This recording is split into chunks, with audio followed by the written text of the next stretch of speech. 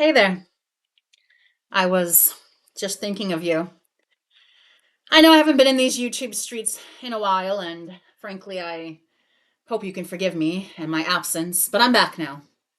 And I am ready to bring to you the Purchase or Pass series, something I used to do on this channel, but basically back then I was just showing you a book, telling you a little bit about it, and letting you know if I would personally purchase or pass.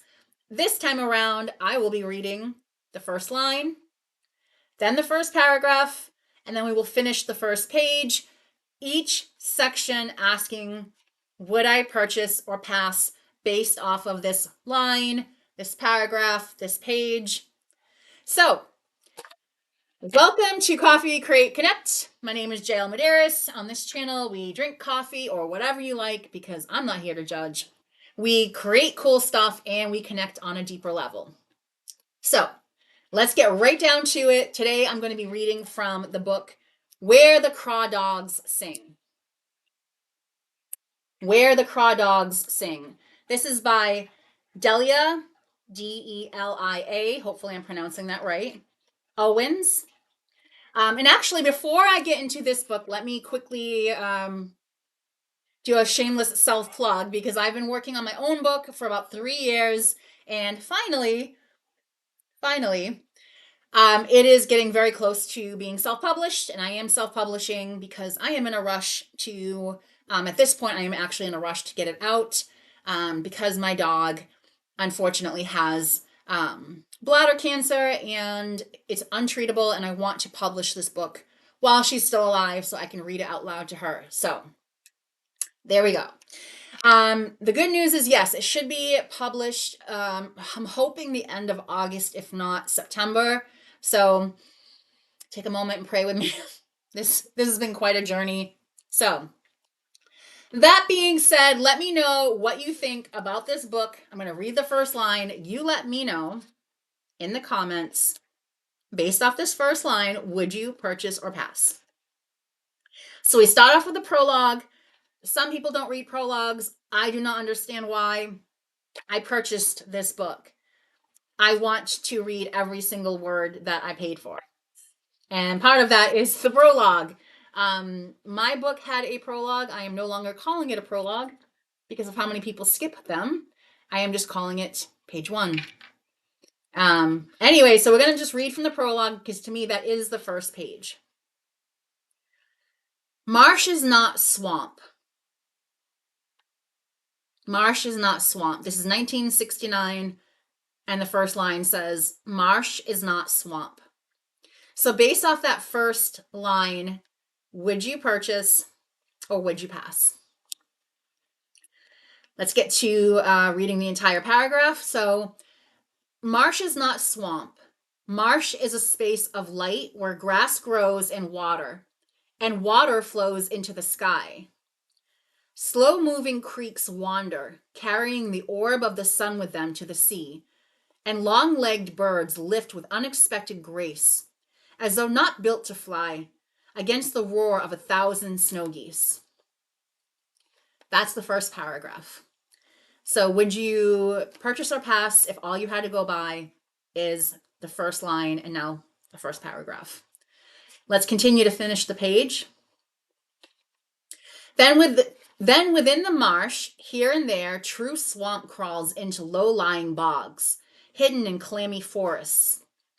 Swamp water still and dark, having swallowed the light in its muddy throat. Even night crawlers are a word I do not know how to pronounce, diurnal, in this layer. They are sounds, of course, but compared to the marsh, the swamp is quiet because decomposition is cellular work. Life decays and reeks and returns to the rotted duff, a poignant wallow of death beginning life. One morning of October 30th, 1969, the body of Chase Andrews lay in the swamp, which would have absorbed it routinely, hiding it for good. A swamp knows all about death and doesn't necessarily define it as tragedy, certainly not as a sin. But this morning, two boys from the village rode their bikes out to the old fire tower, and from the third switchback spotted his denim jacket. So that's the first line, paragraph, and page of this book, Where the Crawdads Sing, which can be purchased on Amazon. So let me know, what do you think? Would you be purchasing this book if that's all you had to go by, or would you be passing on it? The first line didn't do much for me. Marsh is not swamp is kind of just a fact, I suppose. It's not anything that really intrigues me or makes me think, gee, what's going to happen next? The first paragraph doesn't really do much for me either. So based on the first line in the first paragraph, no, I probably would pass. However, by the end of the first page, I am now interested. I want to know who this boy is that was found in the marsh. Why was he there? Was it murder? Was it an accident? And I just like this style of writing, talking about like the marsh kind of being this sentient being, this like conscious creature. So yes, I would actually purchase this book, which this one I do believe I bought on Amazon. I don't think I got this from the local street library. But yeah, I would absolutely purchase this by the first page. I like when at least by the first page, by the end of it, I like to have some kind of a question that I'm curious about. Why is this person like that? Why did this happen? Why is this person worried about this thing?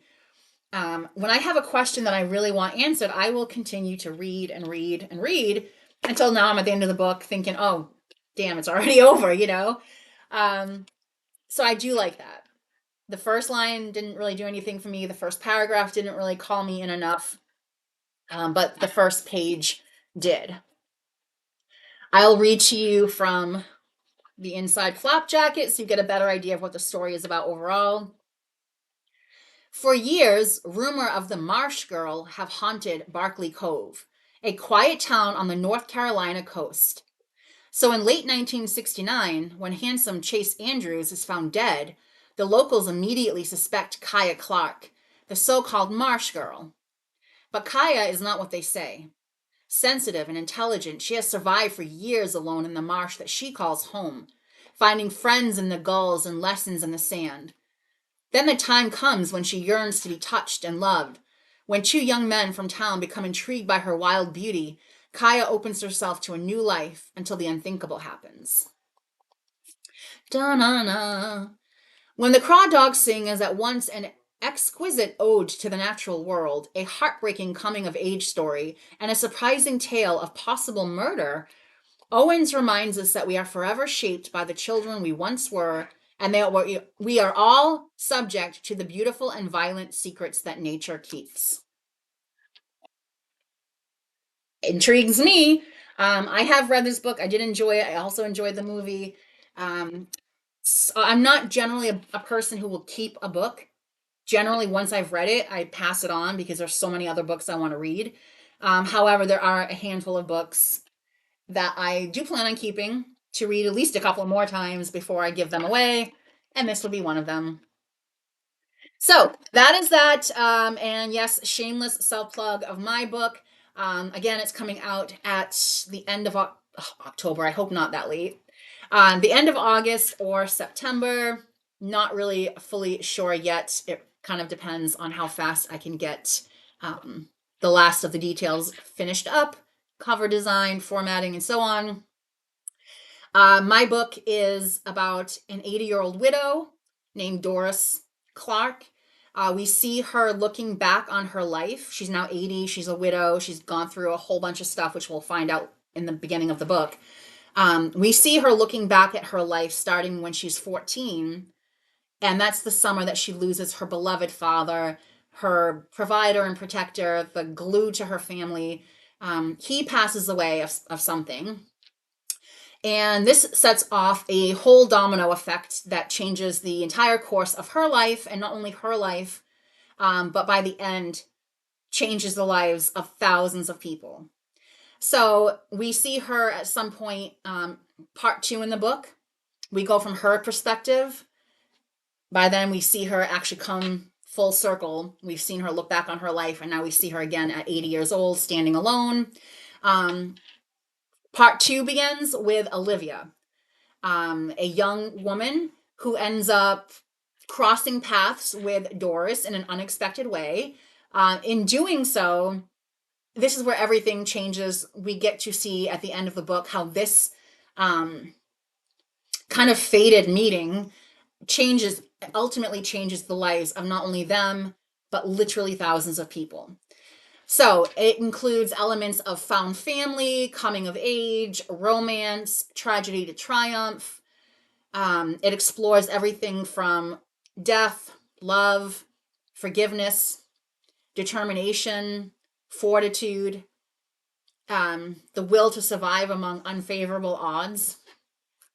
So it does explore some really deep things, and I am super excited. I've worked really hard on it. It has been a long 3 years of writing it, editing it, rewriting, re-editing, just on, and now I finally feel really proud of what I've created and super excited to share it with you all.